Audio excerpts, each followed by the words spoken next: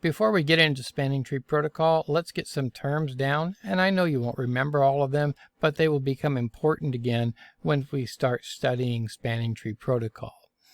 The first is bridge priority.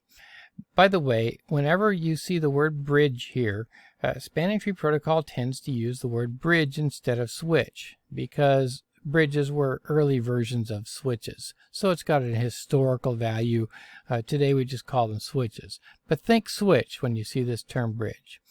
The bridge priority is simply a value assigned to every switch that gives it a priority in the Spanning Tree Protocol topology.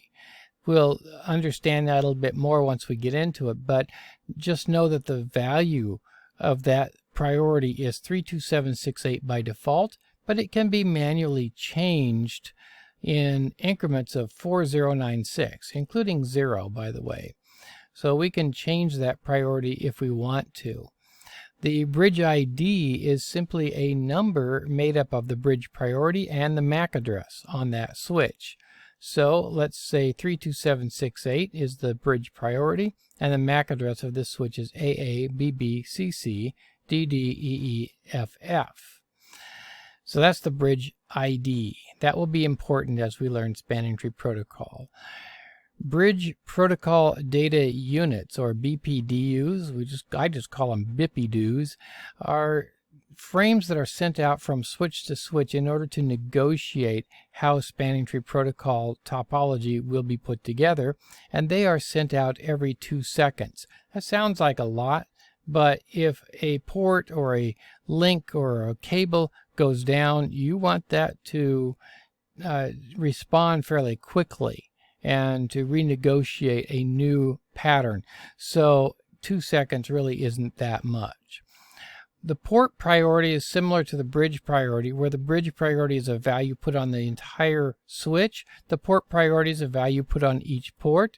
The default is 128, and again it can be 0, 16, or increments of 16.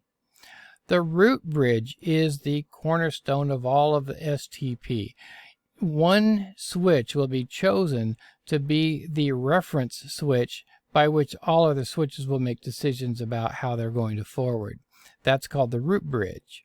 The root port is the best port on each switch to get to the root bridge, the one with the lowest cost, which we'll talk about in a moment. A designated port is a port that's in a forwarding state. That is to say, it's not the root port, but it is a port that is running, that's on, that's forwarding, we call it.